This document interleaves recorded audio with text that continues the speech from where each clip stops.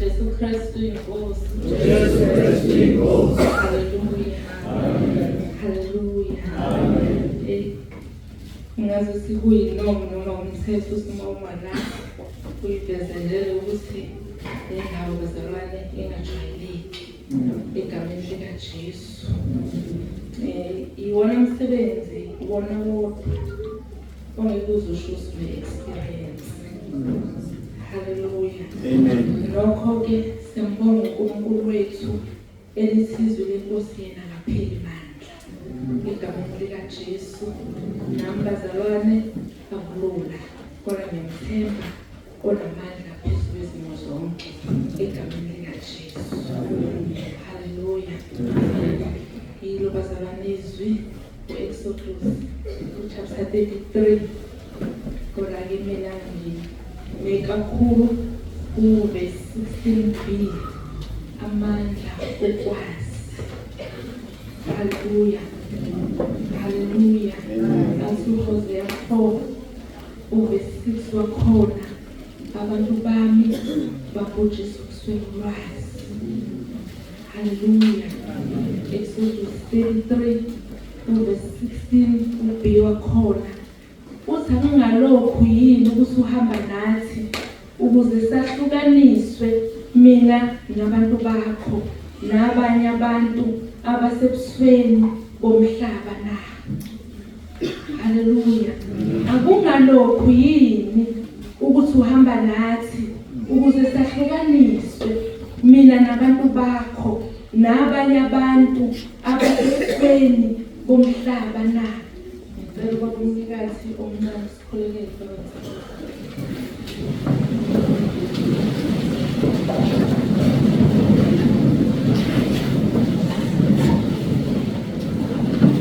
uNkulunkulu wethu siphambi kwakho nangaleso sikhathi uNkulunkulu wethu ntambama nalelizwi lakho nangumntwana wakho uNkulunkulu wethu eyingcwele omgcobile uNkulunkulu wethu ukuthi akhulume lokhu okusenhlizweni yakho. Mpathisa amandla akho uNkulunkulu wethu silalele usenze uNkulunkulu wethu nathi singabi nako ukuxokozela enhlizweni silizwi ilizwi lakho sizwe ukukhuluma kwakho. Membathise uNkulunkulu wethu eyingcwele umenze uNkulunkulu wethu abe umlomo wakho nangalesi sikhathi ngayo uKristu Jesu Inkosi yethu Jesu Kristu inkosi. Amen.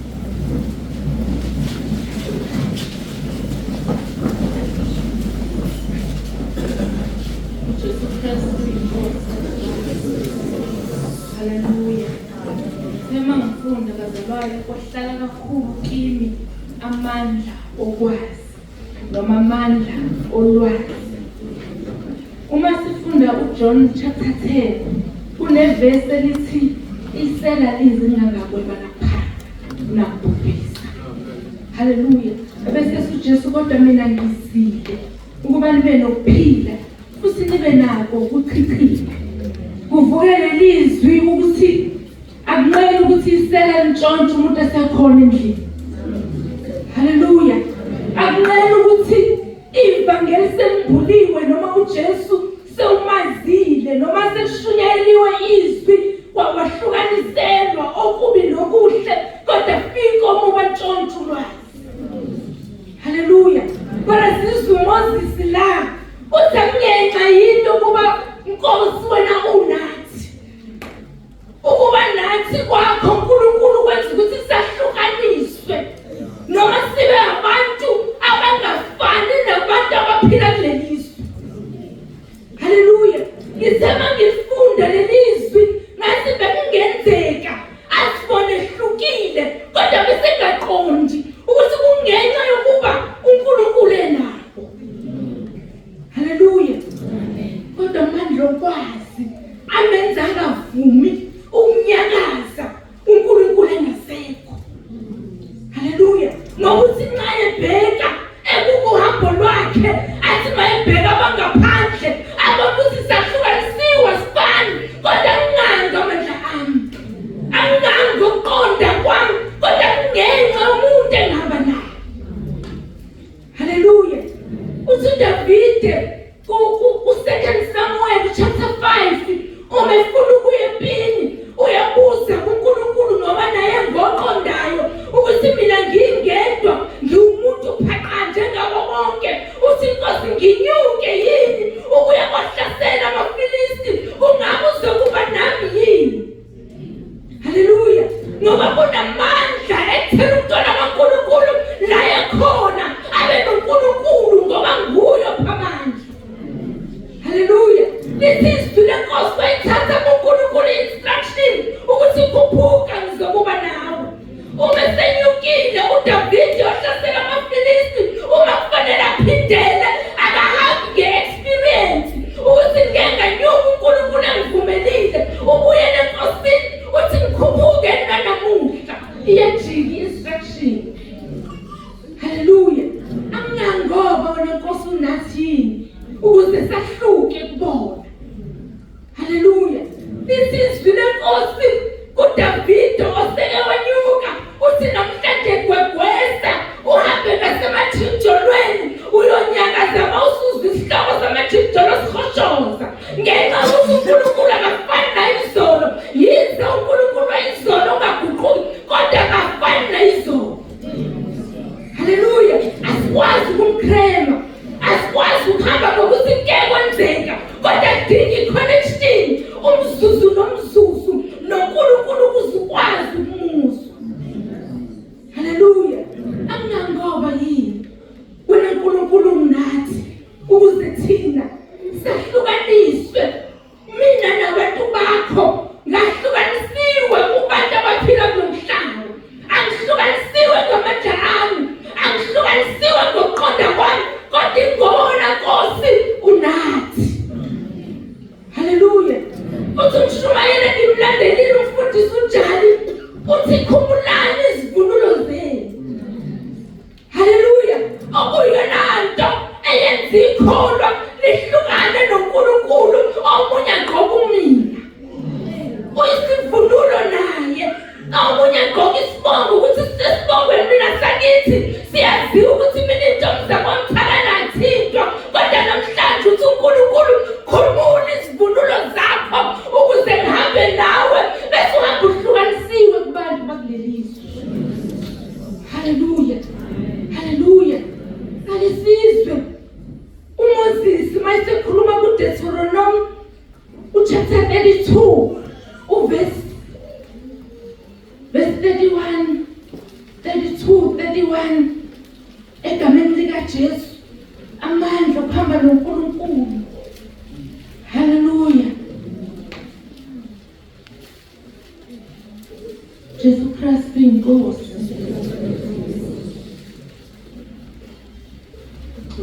Sengivula nje u-Exodus.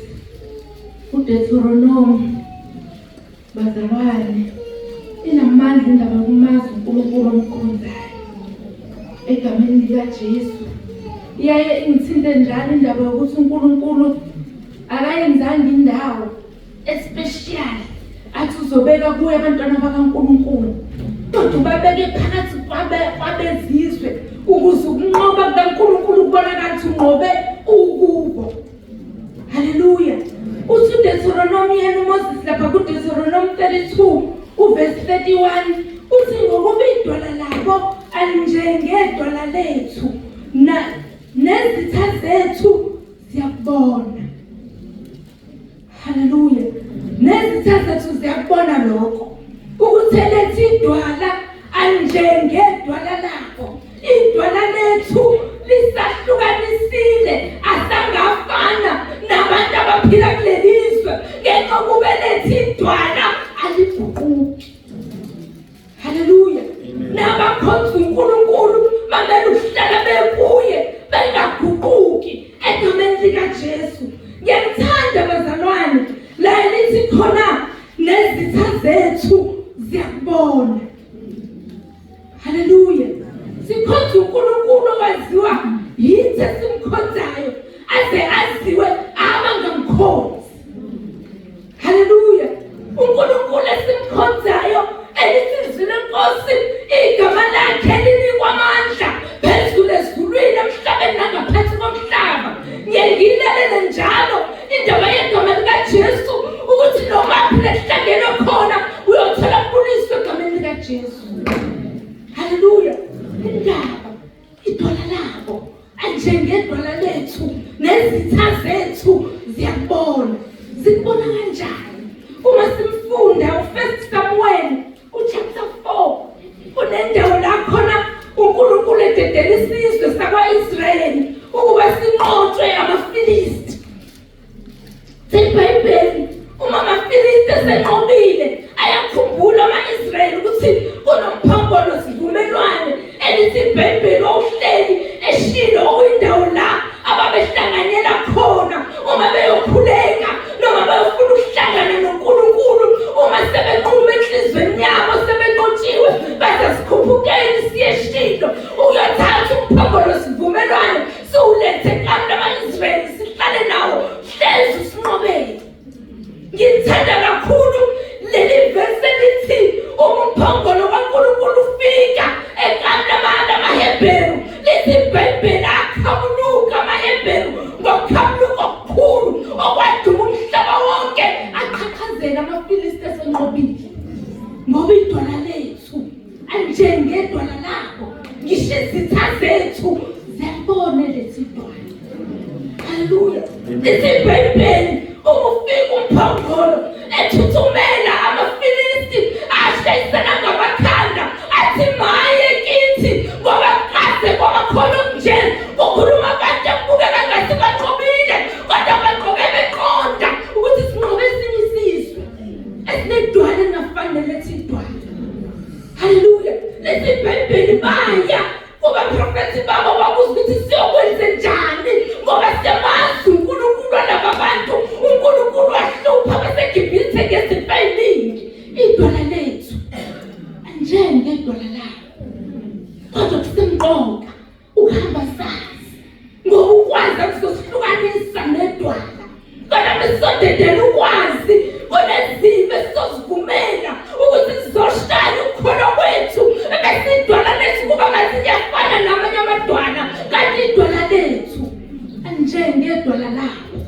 Nezitha zethu ziyakazi idwala lethu. Haleluya. Haleluya. Haleluya. Amandla okwazi bazalwane egameni likaJesu. Ngikhulele esontweni ngakhula ngazi indaba yokufakaza noma ngangakwazi ukuhlukanisa ukufakaza nokushumayela. Ngake ngitshe ukuthi noma ngawubizela iphi igama kodwa kusho ukuthi uvule izwi lenkosi wasiwakhuluma lona. Ebese ngiyadideka uma ngibona abantwana bakaNkulunkulu bevele basukume bezingayifakazi namhlanje ngivula ngizwe. Haleluya. Haleluya. Unamandla bazalwane nasefakazini. Kona nalawo mandla uwathola ngokwazi idwala.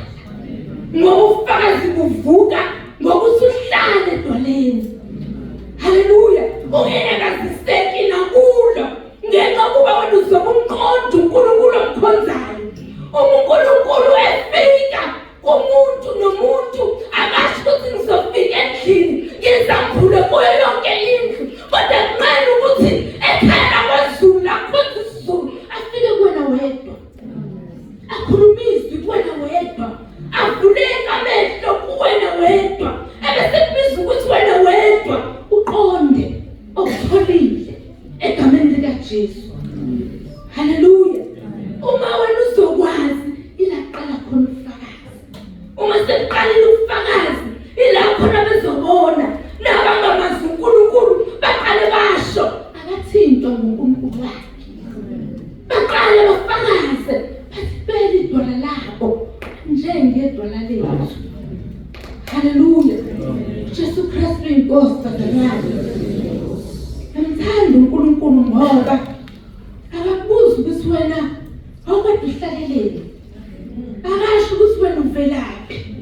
Kodwa mawusuvulile njengokusho kwezwi lakho usume emnyango angqongqothe ilozozizwi ozovula bese nangena hlale wena moke wavula uyaqala uNkulunkulu athi sengikhona sengihamba nawe sengizozazisa noma ngizozithula impela nguNkulunkulu ophilayo. Haleluya. Uyavuka enhlizweni yami uma kuvuka amandla okwazi. Ngathi Nkosi uma sikholwa siyamagroup ahlukene. Abanye bakholwa bekhuliswe abazali ngenkolo yensindiso. Abasime bewela insindisweni bawela amaqeda eshaya ihlombe ekhaya. Kodwa abanye bazofaka into engaziwa ekhaya. Ilapho uSathane esuke efuna ukubona kahle. Ngokuzobe uwedwa esixukwini. Kodwa kubuza ukuthi ulazi idwala lakho. Ukuthi uNkulunkulu othezwini lakhe mina ngikhona endaweni zonke futhi ngikhona ngezikhathi zonke. Ungafuni nanoma ingasiphi izimo ukuthi kube khona umuntu ozokususa emkhoneni kukaNkulunkulu ngenxa yokuba yena engaqondi. Haleluya. Haleluya. Kaningi yabakhona inkinga uma kuthi uJesu ufike ekhaya ngomuntu omakoti kuleli khaya uJesu engaziwa. Bese kusetshenziswa ngendlela engathi wena kunokono zokuba ukwenzile umumela inkosi yakho uJesu. Kodwa kuthiwa ngithi namhlanje yazi idwala lakho. Haleluya. Haleluya. Yazi ukuthi into ekwenza wahluke kumuntu wasezweni ingenxa ukuthi kunaleli dwala ohamba nalo elingafani namanye amadwala. Ungafuni noma isona siphi isimo ukuthi sikususe edwaleni elinguKristu. Haleluya. Elithi izwi lenkosi besifunda kuIsaya 51 athi bhekani kulo idwala aqheshulwa kulo. Haleluya. Uvukile bazalwane uma ngikhuluma ngokwazi ukuthi ngake ngadlula kwesinye isilinge esasingiveza kungathi ngwile kodwa kwasikusela ukuzazi ngaphakathi ukuthi uJesu wami uyaphila. Haleluya.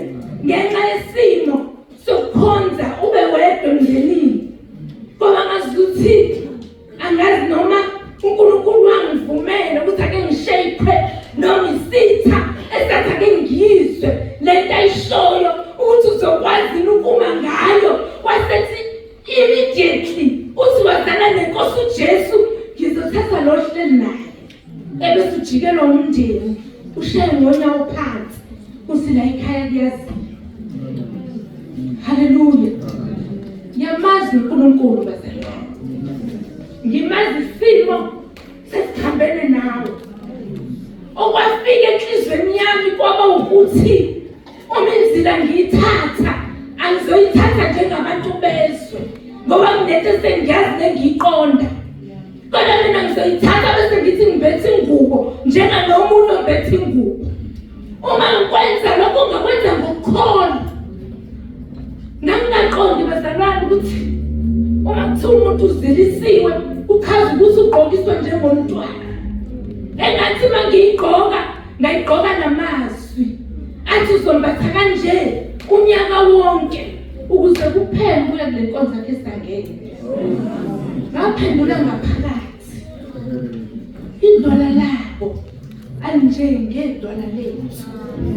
Izitha zethu ziyalazi idwala lethu. Ngaphendulanga bezwe hasi nje ngaphakathi enhlizweni yami ngizoyimbatha ngihambe noJesu. Haleluya. Futhi ngizoyimbatha ngingene phakathi kwabo besindisiwe. Ngiyamthanda uNkulunkulu ngoba kukho la ngangeni khona nomuntu wakhe. Ngabona sengiyikhumulile ukuthi shuthi uNkulunkulu wathatha ingqondo yami ngazoyithumbela kuphi. Ngaphila emhlabeni wami ngedwa. Ngangabona umuntu ngingazi umuntu. Kodwa ngangazi ukuthi uJesu idwala lami. Ngayigqoka ngangenza ngisho wodwa umthetho wenzila. Haleluya. Okwangishiya nobufakazi bazalwane ukuthi alikhibhathi. Ngofakazi engengiphikiswe. Ngayigqoka umthetho wayo kwathiwe ngiyovuka ngomnyama abantu bengakavuki ngigeze ngamanzi abandayo ngizanga. Ngilala abantu sebelele bonke ngigeze ngamanzi abandayo ngaphandle angigezanga. Nganginolwazi ukuthi ngigezwe ngegazi elinqabileyo angisenazo ukuzinyama. Ngisengaqondeni ngisifikele evangelini lensindiso kodwa idwala labo anjengedwala lethu. Haleluya. Kungalokhu uNkulunkulu esihlukanisile thina nabantu bezwe kungenxa kuba kunaleli dwala esihamba nalo elingafani nedwala labo. Futhi izitha zethu ziyalazi idwala lethu. Haleluya. Jesu Kristu inkosi. Haleluya. Ayigqoka bazalwane. Nangile ngiphupha amaphupho. Sekufanele ngangikhumulile. Ingasakhumuleki. Engekho zongiqonda ngoba idwala lasenzambulile. Engekho namandla okuza kimi kodwa bebile namandla okuzongibathisa yona. Kubiza umuntu ozothi ma ivangeli lensindiso ngibulwa kuye anganyakaziswa noma ngawumuntu abazibuza ukuhlonipha kangakanani. Haleluya. Ngoba mawusindiswa uhambe wedwa. Haleluya. Sashaya isikhathi sadlula. Umsebenzi engangikuwo wawungangivumeli ukuthi ngigqoke ingubo. Kodwa umthetho engangiboshwe ngawo ngabasemzini abethe uzohamba unje. Futhi ngokwasemzini babengangivumelanga ukuthi ngigqoke ingubo ezimnyama engizithengile kodwa ngangigqoke emnyama ethungiwe ngokwaphamba nesijezisi ukuzila kwami.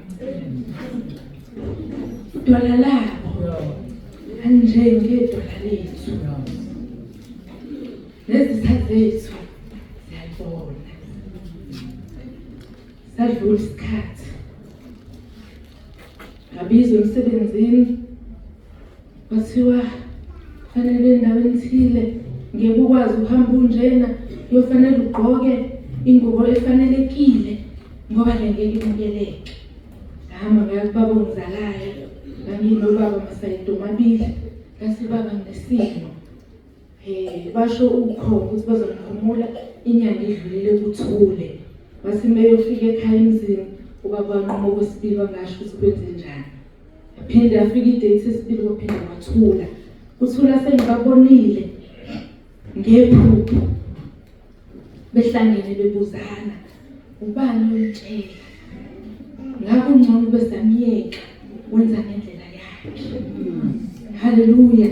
Okwesibili ngathi baba ngicela ungikhulumela nobaba ongitshela ukuthi sengiyakhuluma. Ngiyabonga ukuthi ngikwazile ukuyenza inkonzo abengifake kuyo.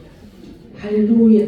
Wahamba ubaba wayokhuluma nobaba kaZondi idwala lethu anjengedwala labo. Ngababona bengena bobabili ekhaya kusho ukuthi ubaba kaZondi akazwisisanga kahle.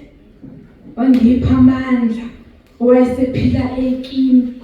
Ngabonga kasibaba ngibongile Ave nginezathu ezimbili ebezingivimba ukuthi ngigqoke ingubo, kodwa uNkulunkulu wangipha amandla okuyigqoka, ngiyayikhumula. Wathi uzoyikhumula nini? Ngathi ngoba usuyazi namhlanje ngiyayikhumula. uJesu Kristu inkosi yezilwane. Ngihlabanga iqhuda, ngihlabanga lutho. Ngakhumula ingubo ngoba ngihlala emakhaya.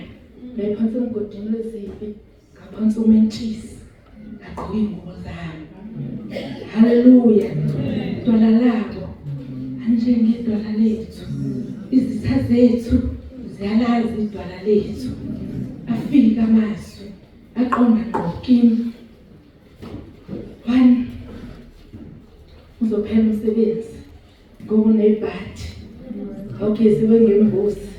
Ngasimbuzi baba, ebizohlatshwa, izogeza mina, umuntu ozolimala imina, imbuzi ingasikhathazi. Uzophela umsebenzi. Uzoshayula abantu ungaxabananga nomuntu. Nasemsebenzini uzolahlekelwa umsebenzi ungonanga. Abantwana bakho ngoba lakazondi akukaze kwenzeke ngeke bafunde. Bona bazolimala nje, bazophila kuze babe isigoga ngoba amadlozi azobalimaza, azobaphula esikoleni, bazofeyila. Idwala labo njengedwala lethu. Izitha zethu ziyalazi idwala lethu. Angazi ngoba Nkosi uhamba nathi yini ukuba thina sahlukile kubo. Egameni likaJesu athi angawa amazwi, ngathi ngayikhumula ingubo, ngangisebenza ku-distance engenza ngikwazi ukufika kalula nge-public transport. Ngathola i-call engibizela ukuthi ukusebenza kwami sekuzongenza kube i-walking distance mengiye emsebenzini ngingawu-aplayelanga. Haleluya. Dwala lethu anjengedwala labo. Ngalesi sikhathi ongangiphuthela umlindelo emafakatini ngoba ngangifuna ukufakaza ngedwala. Ngangifuna ukutshela abantu basemafakatini ukuthi ngisemsebenzini angiwu-aplayelanga kodwa ungifunile umsebenzi wangithola. Angangoba Nkosi uhamba nathi ukuthi sahluke kubona. Haleluya. Angangoba Inkosi wenu ukhona ukuze sikwazi ukuthi awufani nedwala labo. Egameni likaJesu. Ubaba ehamba, my last born eneminyaka ewu-8, namhlanje wenza i-3rd year e-university. Laba kwathiwa ngeke bafunde. Haleluya. uNkulunkulu womusa wangenzela umusa ukuthi futhi zingabikho ingane ezostruglisha ngokufunda, enzela igama lakhe. Haleluya. Idwala lethu anjengedwala labo. Izitha zethu ziyalazi idwala lethu.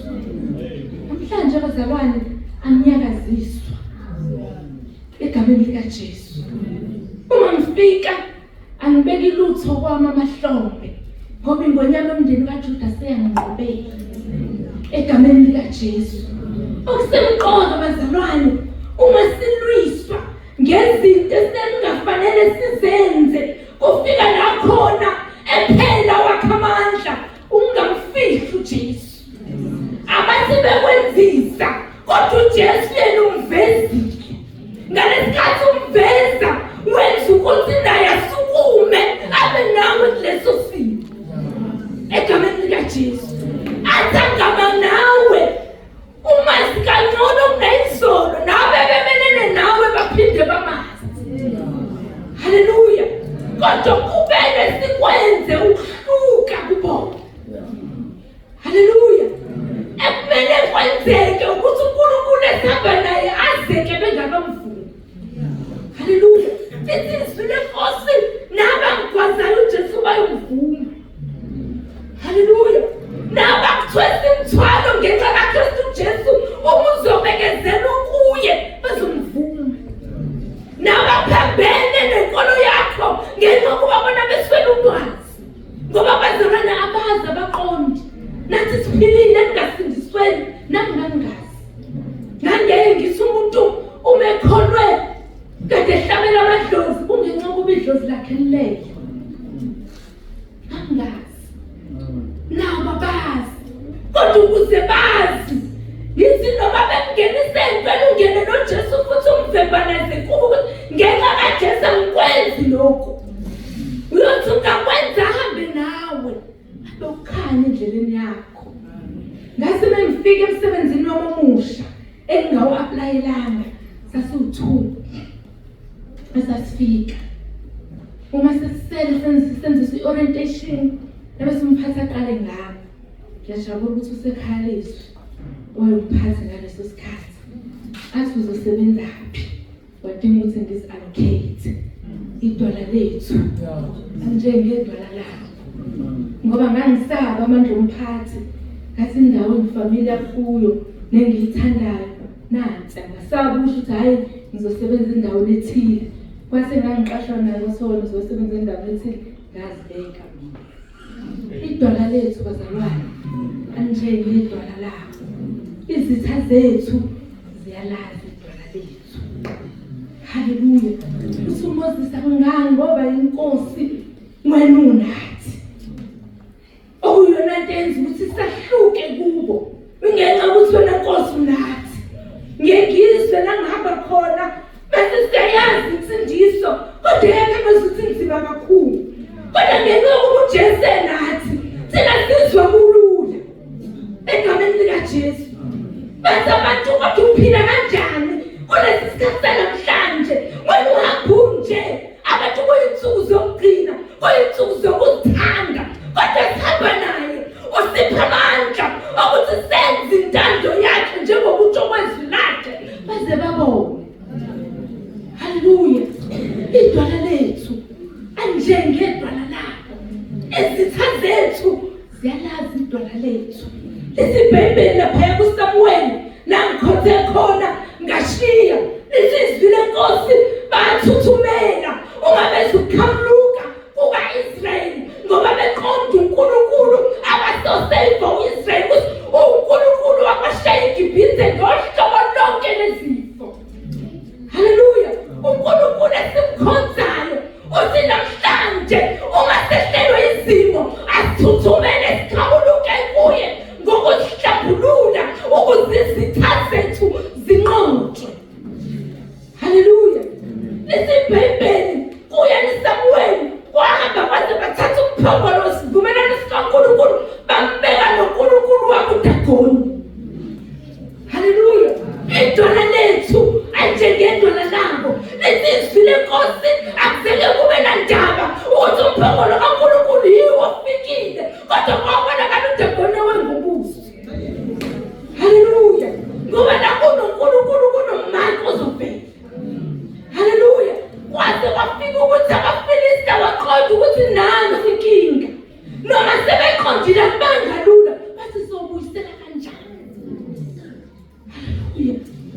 Siyokwenza kanjani ukuthi usuke kodwa wena kumele usukile ngoba uyinkinga. Ngamanye amazwi bazalwane la kunomntwana kaNkulunkulu khona kadimona kube nenkinga. Idimona lezizwe ukuthi akunandawo ihlala ngenxa yokuthi kunomuntu ohlukile oliqobile izwe athi bayifika kuleso sixuku bese kungahlaliseki kwabanye. Idwala labo anjengedwala lethu. Izitha zethu ziyalazi idwala lethu. Haleluya. Esibhebheli kwafuneka indlela umphongolo kaNkulunkulu ozophinselwa ngawe emuva ngoba wabeqonda uNkulunkulu ka-Israyeli ukuthi babezibona beqobile kwasekuphelile kubo kodwa ukwesaba uNkulunkulu kwabafikela. Haleluya. Angangoba inkosi uhamba nathi ukuthi thina size sibe ngabahlukile kubo egameni likaJesu. Haleluya. Kwafika isikhathi bazalwane idwala lethu njengedwala labo. Kwafika isikhathi sa-COVID. Amen. Haleluya. Kwafika lo mzuzu ukuthi sekuyagonywa. Uma ufika umgomo ngaba kule group lekwathiwa yini nizoqala nigonywe. Kwathi kimi inkosi uma ngipractice lelizwi lokuthi uma ufuna uKristu Jesu kuyofika isikhathi lapho ibandla lobe selisusiwe kodwa mawumi ngokuthi uJesu sayinkosi empilweni yakho kuyobiza ukuthi unqanyulwe ingane ngathi inkosi mawukuthi sekulahla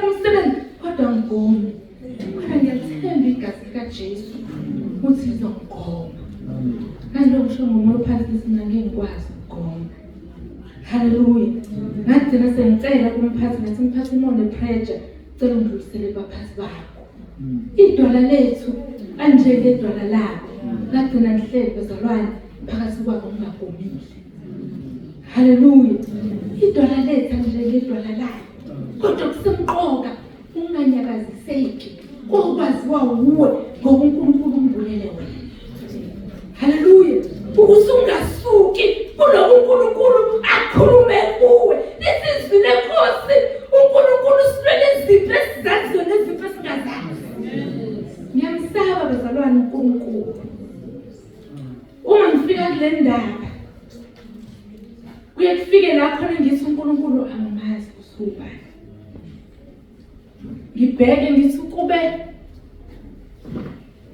akufika ngikutheni ngikhuluma nomfundisi uNtsibande ephusheni angazi ngabe ngilaphi kodwa lethi idwala likwazi ukulu izipho esizaziyo nezipho esingazazi ngoba idwala lithi izwi lenkosi owethu uNkulunkulu akazeli uNkulunkulu wethu akalali owethu uNkulunkulu khona endaweni zonke futhi ngezikhathi zonke uNkulunkulu wethu wazi kusasa thina singalazi oyedwala ehlukile abadwaleni bonke ngisengasindiswa sengimdala kwakune athi lalibekiwe ekhaya lapha emsamo kurondo sekhaya ukuze ngikwazi ukucela usizo kwakubiza ukuthi ngize ngiyofika kuleyo ndawo eyakhiwe ukuthi kuyokhulunywa kuyo kodwa leli dwala noma ngawusendlini encane wedwa noma ngawukuphi noma usesiqhingini idwala letha njengamanye amadwala ngoba isikuthi ulimemeze mvele ngiyakaziseki idwala letha fana namanye amadwala idwala lethu lenza sahluke nangezinto abantu abasibezibheka bathi kodwa kunzima-ke lokho nobona kuyahambeka nje idwala lisiphethe alifani nedwala labo baphinde bakubone ukuthi idwala labo njengedwala lethu kuyawenzeka bezalwane nobufakazi okunye ubufakazi ngisime ngibusho abantu bangazi sisengile idwala lethu njengedwala labo ngiyakwazi bezalwane ukukhona on a Sunday uma nje sekungiphelele ngaphela ngakhumbula ngelinye ilanga nganginomntwana engangihlala naye egibela esikoleni egibela ibhasi abami benomalume befunde endaweni ehlukene ngamthatha later aphela imali ukuthi agibele nomkhuleko ngawukhuleka ayi serious ngawukhuleka endleleni ngisuke somewhere Kisabo ngiye endlini ngathi Nkosi mina ngiduma emhlabeni wonke ukuthi ngisindisiwe ngehlelwa izehlo angikwazi ukuboleka imali lezami ingane ngisikhokhela ngenyanga lezo gibela angiyizali uma ingalova esikoleni ngenxa ukuthi imali ayikho kuyothukela nawe kwathi busa nganginemali efonini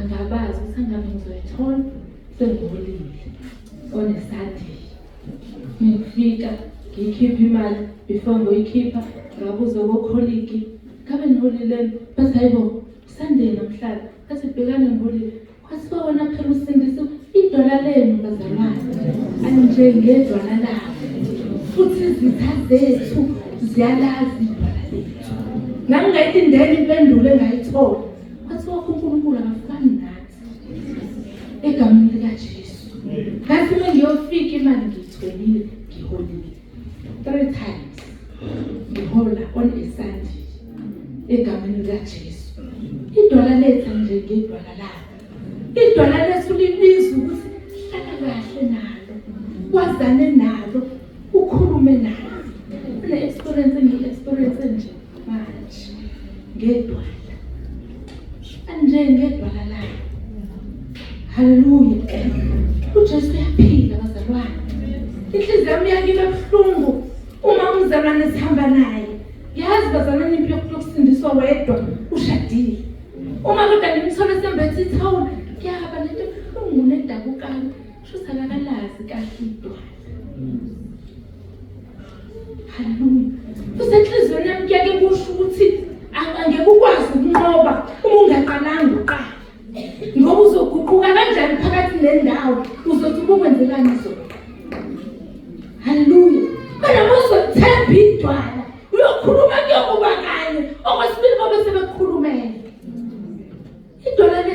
ngedwala labo elethi idwala liyazeka nakubo ngelizwe kahle lelalizwi ubaba aseshumayeza ngale nsukwini uma esekela amazwi atajwayele ukuyokhotha lapha ku1 John chapter 4 uma lisizwi lenkosi ningaba kaNkulunkulu nina abantwanyana ebese lithi izwe lihlulile Simeqhubeka lithi bakhuluma kwezwe futhi bona bayezwana njengoba bekhuluma okwezwe nani uma ngathi niyakhuluma ngeke balizwe njengalokho nani ningabe kodwa uthola ukuthi thina sibuye sibezwe sizole sihlanganyela nabo bese sizogqiba amandla idwala linamandla linganqotshwa uzwa bathi sebethi sisindiswa noma ngasindiswa kuyafana kanti osindisiwe ohlulwa kumele idwala lethu anjengedwala labo nezitha zethu ziyalazi idwala lethu nalo ofuna ukuzokususa ulokothi ubambile uyena kusasa uzofakaza ngedwala labo kodwa wena bengakunyakazisa besenyakaziseka uzobuya futhi yena asisibe sisuke sinabo idwala lethu alifani nedwala labo ezitha zethu ziyalazi idwala lethu uJesu wethu uyaphila bazalwane ngidla ngokisho leyo ukuthi isizulu sisumuthi ugotsha usemanzi ebese uya kuJesu afike uJesu angakhathali ukuthi usuwome kangakanani umuthi uke wome uzingome ngishimpane kujike kuthiwa umomela uthi mawuqanda ungafani nohlaza ukuthi uqinile kodwa kuJesu awukho hlaza noqinile nonjani ngoba uyidwala engafani namanye amadwala haleluya kodwa kubiza umuntu ukuthi akalazi idwala lakhe kubiza ukuhlala nomuntu uma lithi izwi vuma lisono kune komunye kudlule kutheni ngizibheke mina nesithunzi sami kodwa mina ngizidele ukuze ngifumane ukuphila phakathi ngiyayithi mhlawumbe bazalwane siyayisikhono kodwa bese siyakhohlwa injongo yokukhona kodwa masizokhumbula ukuthi uma sike sageja akekho reverse no-right akukho kodwa kubiza ukuthi sinqobe singaneni okwethuna ukuze idwala lethu silazi baye bathi belazi nawe uqhubeke ulazi njalo bekunobufakazi obusha uzithola idwala sewulazi kangcono kunangayizona egameni likaJesu ngiyibheke le yeshedweni nomitheni noAbednego ngithi bathi singancamela ukuya emlilweni siwubuka onokuba idwala lethu singalenza lifane namanye amadwala bese sincamela ukuthi singalambe esifini kodwa sikwazi ukudla isabelo sesidlo senkosi yasezweni inkosi ezodlula nobukhosi bayo kodwa thina sifuna ukubamba inkosi ebingunaphakade haleluya base bangayibambi inkosi yabo idwala labo laziwa lazenziwe inkosi uNebukadnezar elithi izwi lenkosi umlilo babe ubaselwe washisa abaphathi babo ngesitimu sawo kodwa babe phakathi babe khululile haleluya idwala likhulule sesimweni esiphambene nokuba ungakhululeka kodwa ngoba uhamba nedwala uhamba ukhululekile ngisebe ngiqala ubufakazi bami ngathi ingqondo yami ayithunjiwe ngabona ukuthi ithunjiwe uma sengingena sengikhululekile ngathi hambe ngingena kanjani kodwa idwala lalingithwele haleluya ithimi yethu ithi asinakusuka Nkosi uma ungahambi nathi haleluya asimnxusemba zalana uNkulunkulu uma usidilika noma sisuka kulezi zinkonzo ezinamandla angaka sithi Nkosi asinganyakazi ungekho nathi haleluya kunezwi lenkosi elithi kama kusiTimotheo elithi uNkulunkulu uJesu efisa abantu bonke basindiswe bafinyelele ekwazini iqiniso kunabantu abangeke basindiswe ngokushiyezwa ngomlomo kodwa bazobona izimanga ezenzeka abantwana bakaNkulunkulu bese bathi nami ngiyamlangazelela lo nkulunkulu asingasuki edwaleni egameni likaJesu haleluya idwala lethu anjengedwala labo isizwe lenkosi mofunda kuJoshua uIsrayeli wasila ehamba khona kusale kuzwakala ukuthi sesidlulile leso sizwe ngezimangalise zakuzokwenzeka lezi iBhayibheli ngokwethuka kwaba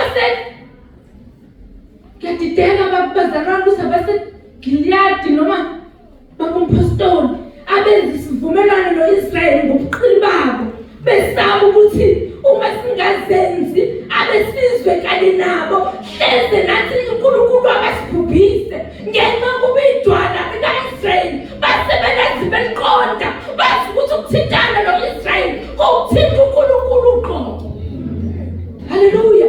Idwala likaNkulunkulu, idwala lesizwe sikaNkulunkulu anjengedwala labantu abasezweni. Haleluya. Kodwa kusenza sahluke kubo kungenxa uNkulunkulu enathi. uJesu Kristu uyinkosi. Ngiyacela bazalwane ngaphambi kokuba sibonge izwi sidumise ngeculo ngamathulu 157 elithi lifikile ivangeli esizweni amaJuda. Bese ngiyacela abazalwane ngiyacela emva kwalelo culo baba umfundisi Sithole abonge izwi kanye Jesu Kristu inkosi. Jesu Kristu.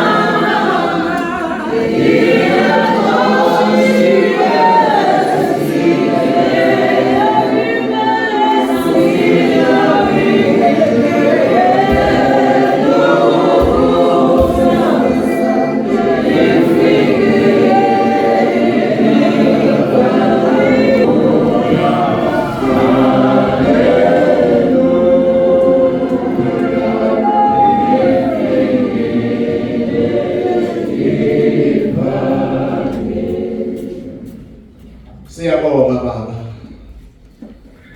Siyabonga Moya oyingcwele. Sibonga uthando uNkulunkulu osithanda ngalo. Sibonga uNkulunkulu kulesi sikhathi lapho uNkulunkulu izwi lakho lisetshenziswa ngendlela Nkosi engaqondakaliyo. Kodwa siyabonga Nkosi, siyabonga Moya oyingcwele. Siyabonga wena umdala wensuku ukuba uNkulunkulu usithande ngalolu hlobo. Baba sisathule inhliziyo zethu Baba ibheke kuwe. Lapho Baba ukhuluma uNkulunkulu impela Baba izwi lakho Baba kuyafakazela ukuthi liyinkemba uNkulunkulu enamandla. Okuyiyona Nkosi esikanhlangothi zombili. Siyanxusa dwala laphakade ukuba uNkulunkulu ngolunye usuku singakhali. Ukuba uNkulunkulu lapho ufika kulona kuloyo Nkosi umbiza emaphambi kwakho Nkosi engayilanduleli. Baba sinawo amandla ngokwethu kodwa uNkulunkulu siyabonga ukuthi kulesi sikhathi Nkosi lapho izwi lakho Nkosi linala setshenziswa ngezindlela zonke. Kodwa sibonga umusa uNkulunkulu ukuthi kulesi sikhathi usithande ngalolu hlobo. Hawu Baba silekelele ukuba uNkulunkulu ngathi ngolunye usuku Nkosi siyisole. Usukhulumile Nkosi ngabantwana bakho. Futhi Baba usazokhuluma ngezindlela zonke. Sisize Baba ukuthi ufika kwethu Baba kule ndawo okwathi ngolunye usuku Nkosi inceku yakho Nkosi yakulalela. Wathi lapho Nkosi ikulalelile wayisebenzisa ngendlela yokuba uNkulunkulu namhlanje nathi Baba uNkulunkulu siyacela ukuthi usisebenzise. Ukuba uNkulunkulu khona bethu sisonke la kungabili izeleze. uthi noma uNkulunkulu usiphindele emakhaya ngokuhlukana kwethu, kodwa uNkulunkulu sibe incwadi ebhaliwe. Uthi uNkulunkulu nabasibonayo bangaboni thina kodwa babone wena. Siyakunxusa baba, siyacela. Uyayibona inhliziyo zethu. Uyabona kusukopha kwazo. Futhi uNkulunkulu uyasibona lapho sihluleke khona. Siyabonga baba, siyabonga moya oyingcwele ukuthi usambulele Nkosi inkonzo yokuthi sibuyisane nawe. Sibonga lowo musa Nkosi. Siyacela Nkosi ukuthi lowo musa Nkosi ungathi ngolunye usuku Nkosi usubone uyilizeleze. Silekeleleke baba. Inkonzo isaqhubeka nomsebenzi wonke baba, usaqhubeka. uNkulunkulu nezwi, uNkulunkulu lisazokhuluma lihlaba inhliziyo zethu. Sithi baba sebenza. Sikhayele thina ungene wena oyinkosi nomsindisi. Qhubeka ke Nkosi, siyabonga kukho konke. Sithi uJesu Kristu uyinkosi. Amen.